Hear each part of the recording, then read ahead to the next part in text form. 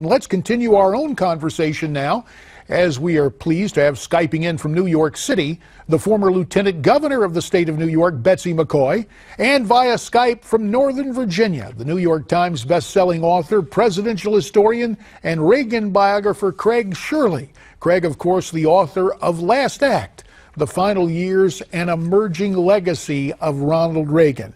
Betsy McCaughey, first to you. We take a look at AIPAC and where the U.S. stands with Israel today. How much cleanup will our next commander-in-chief have to do in order to repair that relationship? Well, an enormous amount of cleanup, because President Obama has literally left Israel doubting the loyalty, the commitment of the United States to protect Israel. And so it's very important for Donald Trump and for all the candidates to make it absolutely clear that the United States stands with Israel.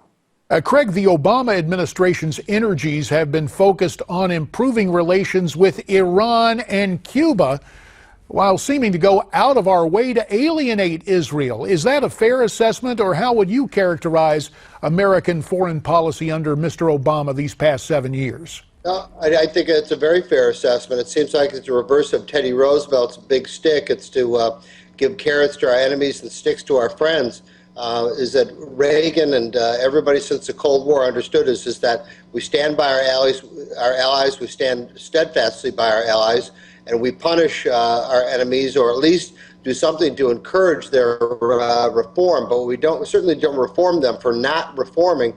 And it seems like we're reforming Cuba and Iran we're rewarding them for not reforming. Well, especially about Cuba, as we see the president there yesterday on a walking tour of Havana. You may recall that Senator Steve Daines of Montana appeared on this program recently. He told us he would not be surprised if President Obama were to just hand the keys to Gitmo over to the Castro brothers. Let's look and listen. With this president, you remain worried on every front in terms of his executive overreach, his abuse of power, his complete disregard of the Constitution, and the Article 2 powers that are clearly laid out in our Constitution are something this president continues to violate. Betsy, do you think he might just hand the keys to Gitmo to Raul? I'm very concerned about that. I wrote a column about it last week because the Castro brothers have made it very clear that they want not just Guantanamo military facility, but the 45 square miles of territory that constitutes that part of the island and that is currently under American control. We must not do that, because that is strategically extremely important for our defense and homeland security, and military experts have said that this is the only place from which we can launch really effective naval operations to oversee the sea lanes from the East Coast to Central and South America. Well, Craig, we've got about 30 seconds. Your last word. Do you agree with Betsy's assessment? Yes, I do. This president, the hallmark of this presidency is bad deals with Iran, bad deals with China, bad deals with Mexico. I would not be surprised to see him make another bad deal and hand over the keys to Gitmo as he's walking out the front door of the White House next January. Craig and Betsy, stay right where you are. We've got more to discuss with you, and we hope wherever you're watching, you will stay right here or be with us again tomorrow night as we continue our ongoing political coverage of America Votes 2016, the primaries in my old stomping grounds of Arizona, and next door in Utah. We will have the coverage for you, the guests with analysis that you appreciate, and I'll be here on the anchor desk. Our coverage commences at 8 o'clock Eastern, 5 o'clock in the West, and we hope you'll join us. If you want to weigh in, here's the best way for you to do so. Send your comments to me at newsmaxtv.com/comments. Don't go away. There's more of Newsmax Prime to come right after this.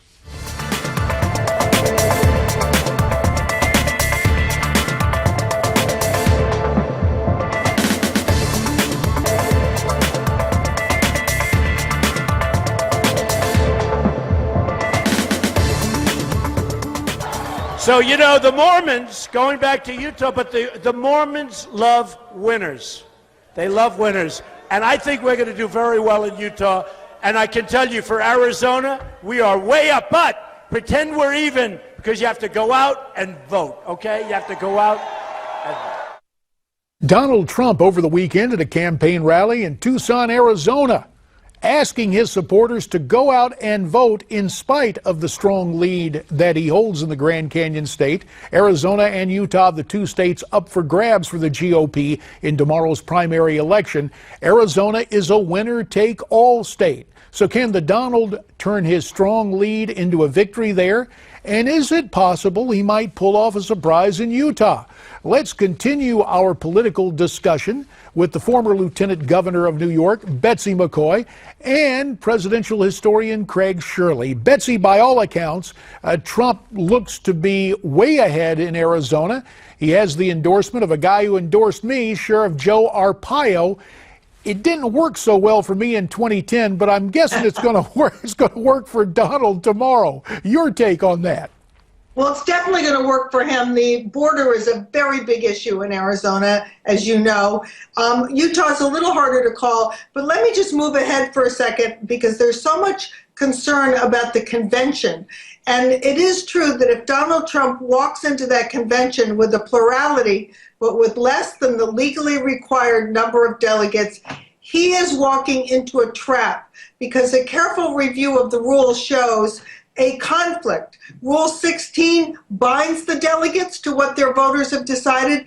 Rule 38 releases the delegates from any obligation to vote according to the voters' preferences, even on the first ballot. So even if the Republican insiders fail in their efforts to rewrite the convention rules, those delegates may prove disloyal to Donald Trump. This is a trap coming up, and he needs to get ready for it. And we're going to talk about that more in a second, Betsy. But let me give equal time to the beehive state of Utah and get Craig Shirley's assessment. The talk we're hearing is that Ted Cruz has this thing pretty much sewn up in Utah. If Cruz is able to pull that off, does that help him reset the media narrative that right now has Trump pretty much as an inevitable nominee? It certainly can't hurt, JD. Look, Ted Cruz has been pumping a dry hole here for a couple weeks, and he needs to start striking oil. Utah would be a good blow for him, and anything he can do to minimize Arizona. Although it looks like Donald Trump is pretty much has that in hand. But right now, I think it's anything that helps Ted Cruz get media attention, get his message out, recapture some of the debate, and get on offense certainly can't hurt his campaign. And let's return to the whole notion of a contested convention, Betsy. The former chair of the RNC, Haley Barbour, is saying voters shouldn't rush to Cruz or any other candidate because it would shortchange the process. Is this just a situation where the establishment is holding out for an establishment favorite to somehow prevail in this thing? Well, I'm very concerned to see so many Republicans, people I've always trusted, acting as if the Republican Party is a private, restricted club. Bill Kristol talking about forming a third party if Trump gets the nomination. I hear rumors in New York that the New York delegation may not show up on the floor if New York goes for Trump in the primary. And of course, the state of Montana is going to the Supreme Court this month to try to prevent an open primary there because the Republicans don't want other people voting in their primary. Of course, there's a lot of crossover vote for Trump. So it smells bad to me, and I don't like it. And if the Republican Party insiders want to preside over the death of the party, they're doing a good job of it right now. Hey, Craig, I'd be remiss if I did not bring up what Betsy just mentioned about Bill Kristol going out and trying to recruit a third-party candidate if press accounts are to be believed. What on earth is Bill Kristol thinking?